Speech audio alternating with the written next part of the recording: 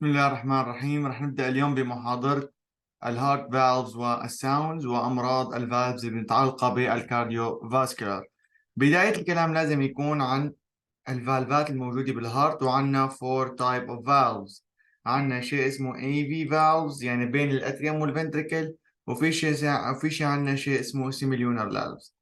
ال AV valves اللي بيكونوا بين الرايت اتريوم والرايت فنتريكل، عندنا هون رايت اتريوم وعندنا هون رايت فنتريكل، بيكون عندنا هون فالف اسمه تراي كاسبيد.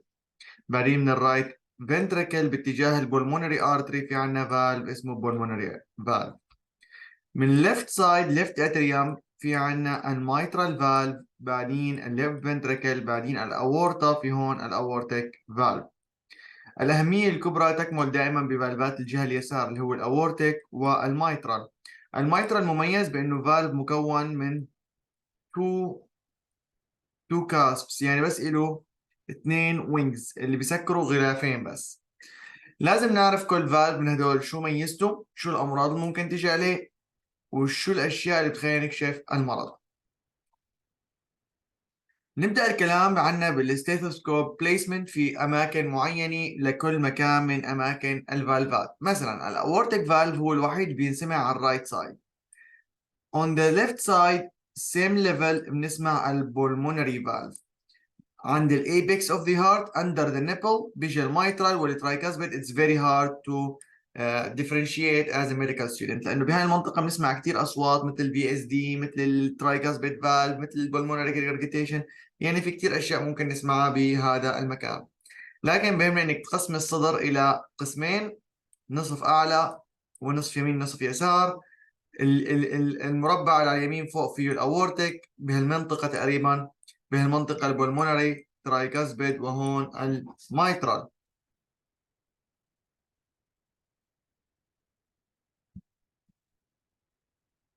هاي الكاردياك سايكل عم نعمل انتجريشن between the cardiac cycle and the heart sounds اللي حكينا عنهم سابقا. مميزين الهارت ساوند انه هن بيطلعوا بسبب شيء عم يصير بالقلب. فالاس 1 كان له علاقة بإغلاق الميترال فالف هون لما الميترال فالف كلوجر، والاس 2 is aortic valve closure، والاس 3 هو لما يكون الفنتريكل فيه شوي دم ويجي كمان دم فتخبط المي ببعضها، مثل اذا عم تحرك قنينة مي. لانه في دم جوا الفنتريكل 40 ملي اللي هو بيكون ان سيستوليك فوليوم، بعد ما القلب ينقبض بضل في شوية دم داخل الوعاء 40 ملي 30 ملي. فلما بصير يعبي القلب دم بصير يطلع صوت القلب او لخبطة المي. الاس 4 هو always pathological، وبيطلع من انه الاتريوم عم ينقبض والفنتريكل از ستيف، يعني الاتريوم عم يضطر يحط ضغط عالي ليدخل الدم من الاتريوم الى الفنتريكل. الصوت دائما بيكون عباره عن لب دب، لب دب، واللب هو الاس 1 والدب هو الاس 2. الاس 1 بيكون closure of the mitral. بنفس الوقت لما الميترال يسكر بيسكر الاي في الثاني، لانه احنا عندنا اثنين اي في فالفز وعندنا اثنين سيميليونر فالفز. فالميترال والترايكاسبيد بيسكروا بيطلعوا اس 1، الاورتيك والبولمونري بيسكروا بيطلعوا اس 2. هنبدأ الكلام عن ال S1. ال S1 هو first heart sound اللي بيكون عبارة عن صوت اللب، وبينسمع ب highest intensity عند الأيبكس، لأنه هذا الميترال فالف. إذا لما الميترال فالف بيتسكر نسمع ال S1.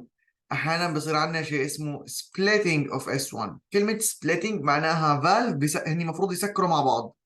السبليتنج بصير لما واحد يسكر مع واحد، وهذا الشيء غالبا بيكون له علاقة بالتنفس. إذا السبليتنج ممكن يصير بمشاكل صغيرة مثل التنفس. لما بتاخدي نفس تعرفي يعني الفسيولوجي تبع التنفس والقلب كتير متداخلين مع بعض. ماني حابب خربطك واحكي لك شو بصير بدقات القلب مع التنفس حاليا لانه ما في داعي، لكن بس راح اذكر لك بشكل صغير. انت لما تاخدي هاي اللنج وهاي اللنج، لما تاخدي انهيليشن واللنج تتوسع لتدخل الهواء بتصير مثل الشفاطة، فالدم بيجي من كل مكان باتجاه القلب. فممكن يصير في دم كتير داخل على الرايت اتريوم وبده يدخل على الرايت فنتريكل، فالترايكاسبيد فالف بيتأخر شوي ليسكر لأنه هلا أخذت نفس، فبصير في سبليتنج خفيف. باثولوجيكال بيكون في عندنا مشاكل بالكهرباء، ففي واحد بيسكر قبل واحد، أو جزء من القلب بينقبض قبل الجزء الثاني. الاس 2 وهو الصوت المهم واللي بينسمع بصوت دب، وهو اللي بيصير فيه سبليتنج عن جد بسبب التنفس. الاس 2 بينسمع مكان الاورتيك والبulmonary اريا، وهو عبارة عن closure of the aortic valve.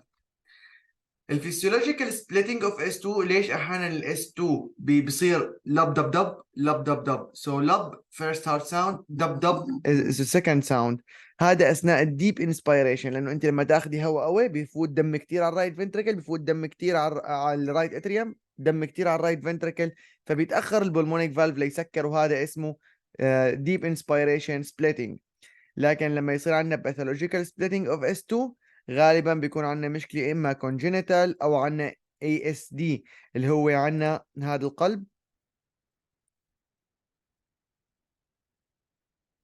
بيكون في عندنا فراغ هون، فلما لما الاتريوم اللي فوق ينقبض والليفت اتريوم ينقبض يوصلوا الدم لهون على الرايت والليفت فنتركل، فهذا الثقب لانه الجهه اليسار فيها ضغط اعلى، الدم ينتقل من الليفت اتريوم الى الرايت اتريوم، فبصير في دم اكثر هون، دم اكثر هون، فهاد بيسكر متاخر عن هاد، لانه هاد بيطلع على البلمونري فالف وهاد بيطلع على الاورتيك فالف. فلو في عندنا اي اس دي بصير عندنا باثولوجيكال سبليتنج، وبدل ما يسكر يعني هو هون في رسمه حلوه كتير ممكن تساعدك.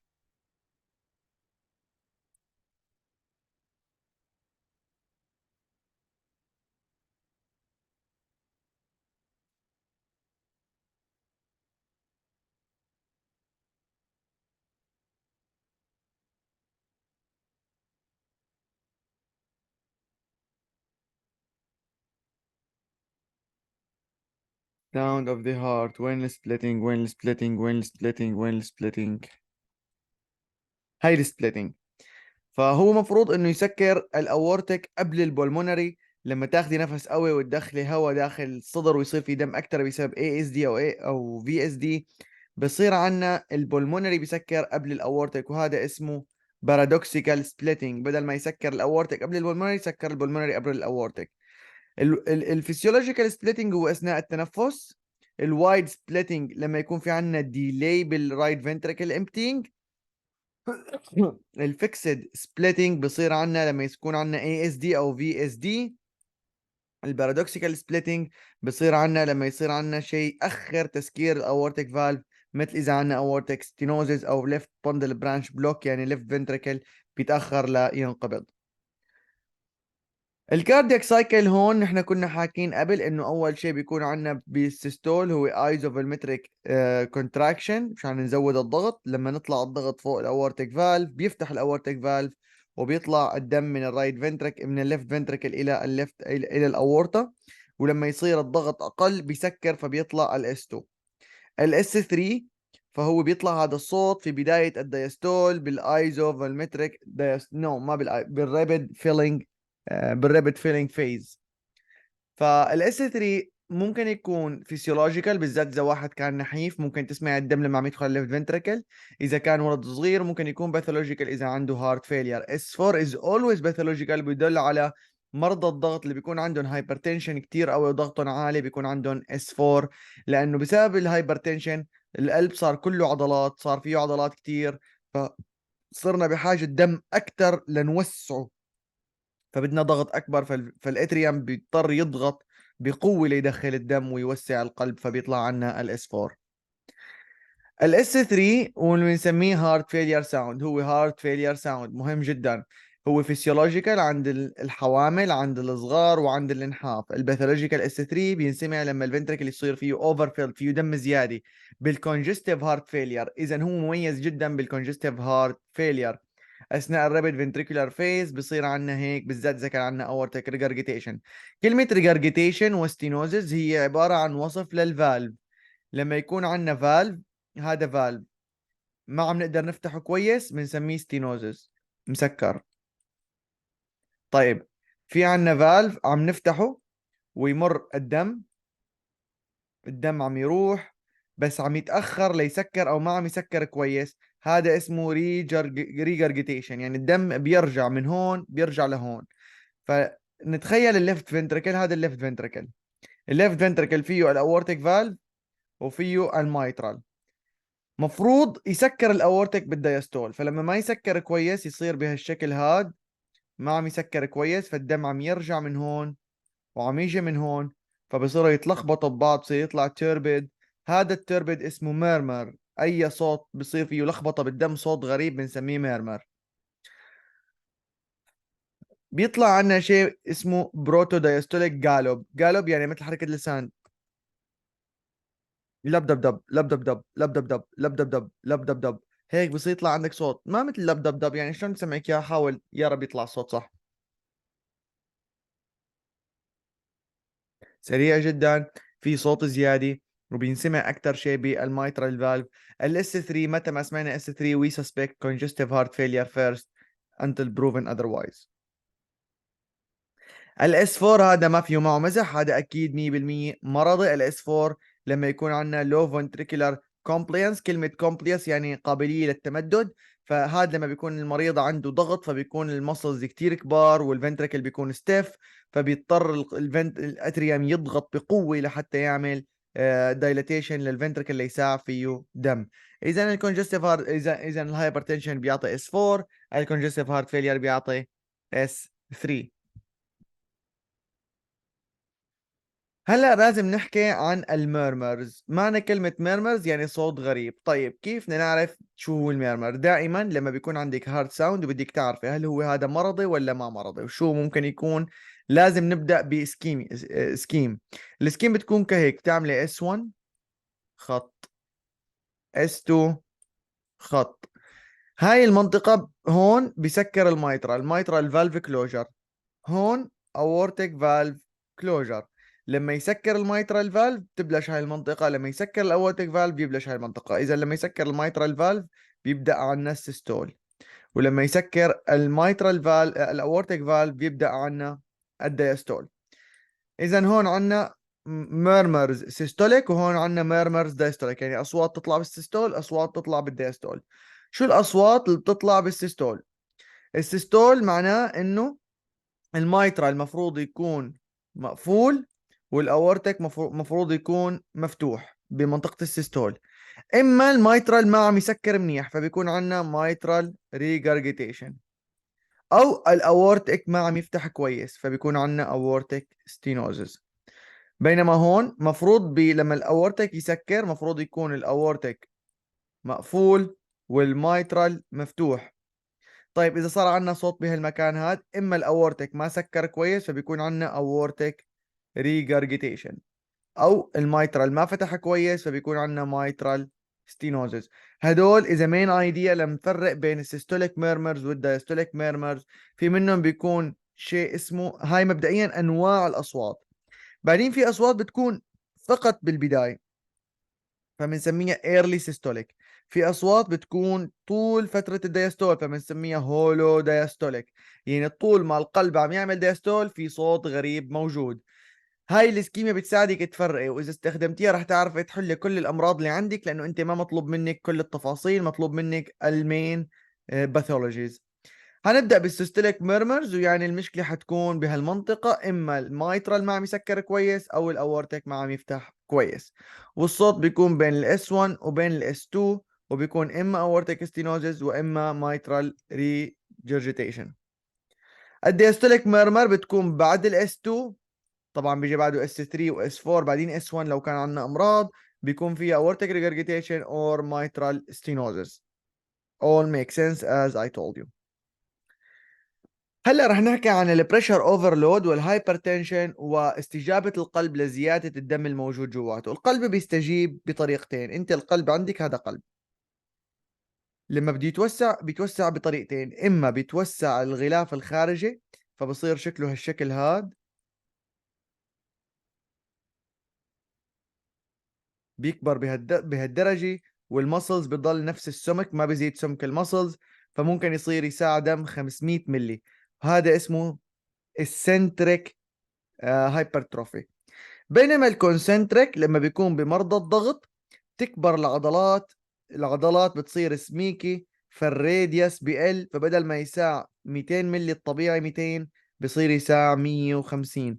اذا في عنا كونسنتريك في عنا السنتريك. هدول اثنين كل واحد باثولوجي معين. الاسنتريك غالبا بيكون congestive heart failure. لاحظ القلب كبير، الدم بيجي من هون، الاورتك بيرجع الدم، في مساحة كبيرة للدم، ما عم يقدر القلب يطلع كل الدم، فدائما لما يدخل دم بيخبط بالدم الموجود، فبيطلع عنا الاس 3.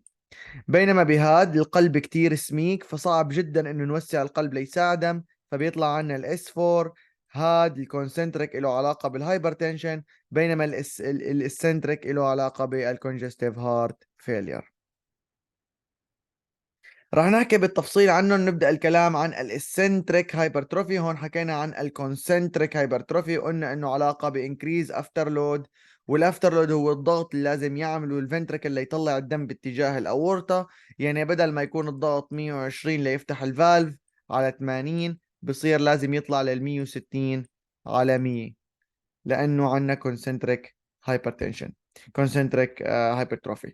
الاسنتريك هايبرتروفي غالبا لما يكون عندنا فوليوم اوفرلود في سوائل اكثر، مربوط ارتباط تام بالاس 3، وبيكون عباره عن اسنتريك. لاحظ انه الراديوس او المساحه الداخليه اللي بتساعد الدم بتكبر جدا جدا جدا. تذكر دائما انه الاسنتريك له علاقه بالفوليوم، الكونسنتريك له علاقه بالبريشر. هون عم يفرجيك اي سي جيز، وعم يقول لك لازم يكون عندنا القدره انه نعمل ديتكتنج للهايبرتروفي ولا الانلارجمنت او لمشاكل الليفت فنتريكل. بنلاحظ هون لما يكون عندنا ليفت فنتريكولار هايبرتروفي بيكون عندنا انكريز depth اور الفي 1 وانكريز هايت بالفي 5 والفي 6. وعم نحكي هون بالار ويف. بنلاحظ انه الار ويف كبرت كتير بالفي 1 وبالفي 5 وبالفي 6، عم يلمسوا ببعض. طبعا انت ما راح يكون عندك الموضوع كتير صعب انك تميزه، لكن الليفت فنتريكولار هايبرتروفي بنجمعهم وبنشوف لو هاي مع هاي بيطلعوا 33 بوكس صغير، او بنشوف لو انه الار ويف، طبعا هاي الار ويف تكون اكثر من 11 سمول بوكس، فبنقدر نميز. بالرايت فنتريكولار هايبرتروفي بنلاقي بوزيتيف ار ويف طالعه لفوق وليس لتحت مثل ما المفروض تكون، وبالفي 5 وفي 6 نو لونجر نت بوزيتيف، بتلاقي انه صار واحد بوزيتيف واحد نيجاتيف، واحد بوزيتيف واحد نيجاتيف، واحد بوزيتيف واحد نيجاتيف. هاي طريقة لتعرف إذا في عنا left ventricular hypertrophy or right ventricular hypertrophy. لما تشوفي الار ويف بمنطقة متصلة مع منطقة مثل ما انك شايفي هون، يعني هاي suspicious بس ما diagnostic، بس بتخليك تركزي اكثر انه ممكن يكون عندنا left ventricular hypertrophy. نيجي بنحكي عن كيرف جديد، الفنتريكولار compliance and stiffness. اعتبري عندنا بالون. البالون لما يكون صغير ومسكر تحتاجي هواء كتير لحتى تخليه يكبر، بعدين شوي شوي نفخة هواء خفيفة بتصير تكبر، وهاي معناها الكومبلينس تبع البالوني. انت الهواء اللي بتحتاجه الداخلي لتكبر البالوني هون هو الكومبلينس. كل ما كانت اسهل، اعتبري عندك جرابة. الجرابة اول ما تشتريها بتكون عندها هاي ريكويل، فبيكون عندها لو كومبلينس. يعني لما تجيبي شراب جديد حتى تدخلي جواته ايدك تحتاجي ضغط اكبر. بعد فترة الشراب بصير بسهولة بتدخلي رجلك وبتطلعيها، فبيكون عنده هاي كومبلينس. كلمة compliance إنه عنا سهولة لتوسيعه، كلمة stiffness يعني عنا صعوبة لتوسيعه. نورمالي هذا الكيرف تبع الهارت، هذا الاندستوليك فوليوم بيكون في حوالي 120 ملي، والبريشر بيكون خفيف. لما يصير عنا stiffness حتى يكون عنا 120 ملي رح نحتاج ضغط أكبر بكتير، فبنطلع لفوق. إذا الكومبلينس هي عكس الستفنس. فلما يكون عندنا 120 ملي والقلب ما عم يتوسع بسهولة، نحتاج ضغط أكبر لنحط ال 120. طب لنفترض القلب مثل الشراب القديم وبسهولة بيعبي ال 120، بنلاحظ إنه ال 120 ملي بيكونوا متواجدين داخل القلب ببريشر أقل بكتير.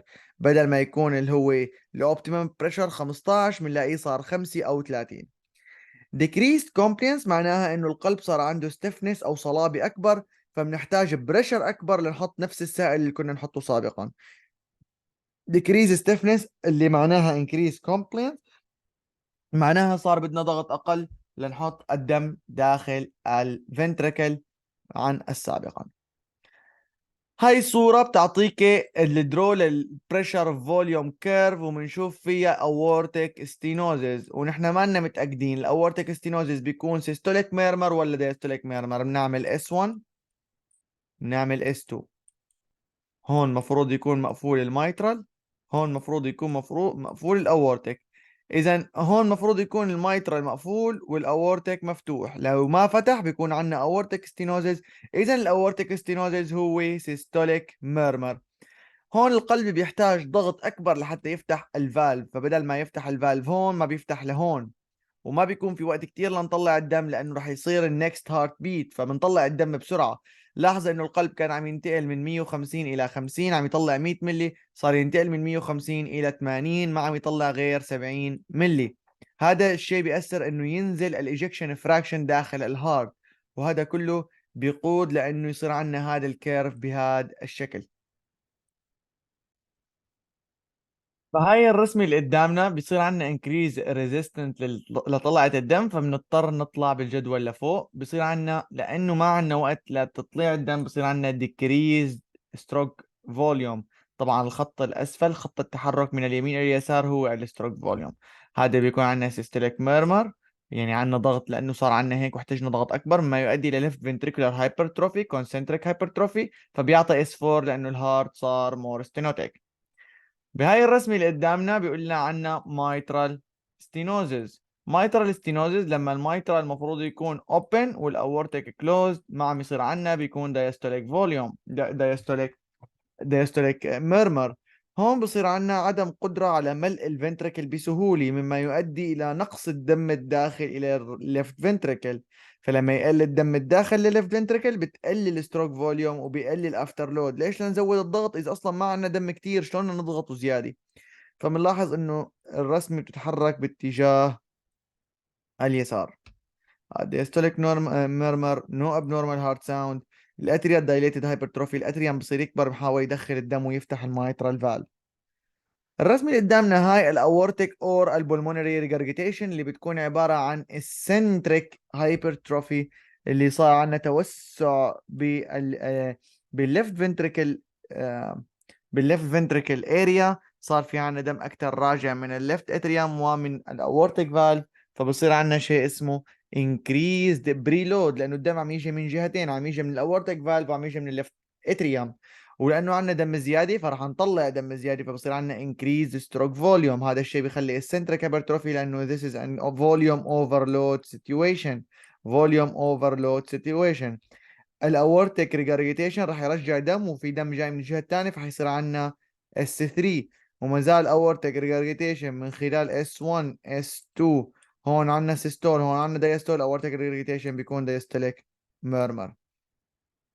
طبعا صار عندنا دم اكثر، فراح يصير عندنا زياده بالضغط بنفس الانضغاط اللي بيعمله الفنتركل. الصورة اللي أمامنا اللي بتحكي عن الميترال ريجرجيتيشن، ولما الميترال كان المفروض يسكر ما عم يسكر كويس، فلما الفنتركل ينقبض بيطلع دم على الأورتا وبيطلع دم على الليفت اتريوم. Again this is the left ventricle. في تو دورز رايح باتجاه الأورتا، ودور رايح باتجاه الليفت اتريوم. هذا الدور لما يكون عندنا سيستول المفروض هذا يكون فاتح وهذا يكون مقفول. إذا كان ما مقفول كويس فالدم بصير يطلع لهون وبصير يطلع لهون. فاللي بصير عندنا increased preload. ليش؟ لأنه أنت هذا أصلا عم يعبي دم، وأنت عم تزودي عليه دم زيادة، وهذا الدم كله بده ينتقل لهون. يعني again طبيعيا الدم عم يجي من الرئة باتجاه الليفت اتريوم، واللي عم يصير عنا ريجرجيتيشن باتجاه الليفت اتريوم. هلا صار عنا دم من الليفت فنتركل ودم من اللنج. هدول الدم كلهم راح ينتقلوا بالنبضة الثانية وينتقلوا باتجاه الليفت فنتركل، فبصير عنا فوليوم اوفرلود. لاحظي انه القلب عم يفضي دم اكثر. هذا الدم عم يبدا الانقباض وهو فيه تقريبا 250 ملي، ولما عم يخلص عم يكون فيه حوالي 20. سبب انه الدم عم يطلع باتجاه الليفت اتريوم وبسبب اتجاه الاورطه. حيصير عندنا ديكريز لازم تشوفي الصوره وتعرف تعلقي عليها. فانا راح اعلق على الصوره هيك. اول شغله، بما انه هاي كتير كبيره الاتجاه باتجاه الليفت، فبنقول انكريز ستروك فوليوم. ولانه عم يقل عنا هاي المنطقه الدم قل، فبصير عنا decrease and systolic volume. ولانه البريشر نزل لتحت، هذا البريشر فوليوم بصير عندنا decrease after load. ولانه عنا آه آه الدم عم يروح باتجاه الليفت اتريوم، فبنقول انه decrease الافكت في الافكتيف اللي بيطلع باتجاه الجسم، لكن increase بشكل عام. وهيك بنكون خلصنا المحاضرة الهارت ساوند والفالفز.